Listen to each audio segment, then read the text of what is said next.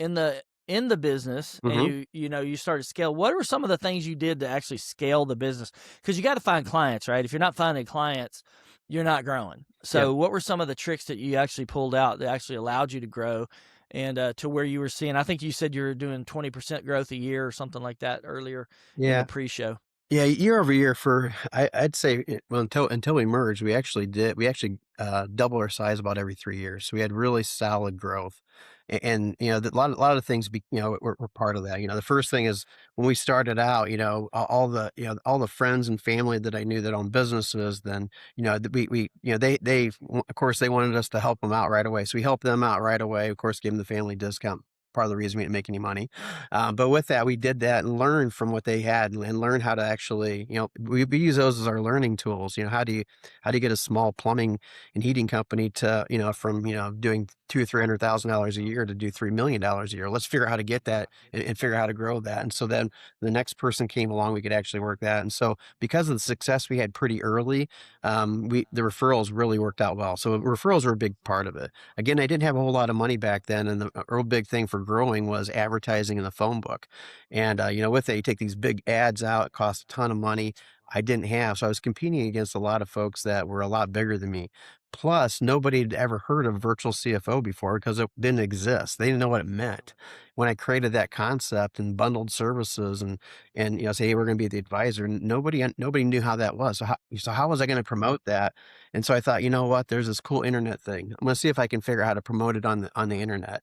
And I started doing a bunch of research on it and really kind of dabbled with it a lot, and then figured out, hey, if I can get this virtual CFO, if I get people to look for it, then there's a way that I can actually, get people to come in and find me versus me going out and finding them. And it worked out actually worked out really, really well. So what I did is I started blogging every single day.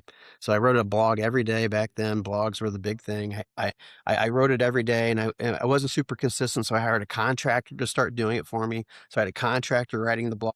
I'd proof them. They'd go out. And we did a daily blog for probably about 10 years. And with that, it got our SEO up so high that anybody started searching for virtual CFO or anything around there.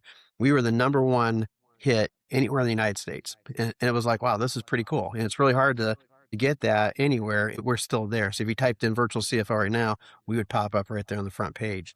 And it's because we continued to provide information out into the internet. At that time, as a wild, chance, because we didn't know if it was going to be successful. We didn't know the internet's going to be around for, another year or two. We had no idea back then, but it was like, hey, I got to figure this out, how to get people to come to me versus me going out knocking on doors.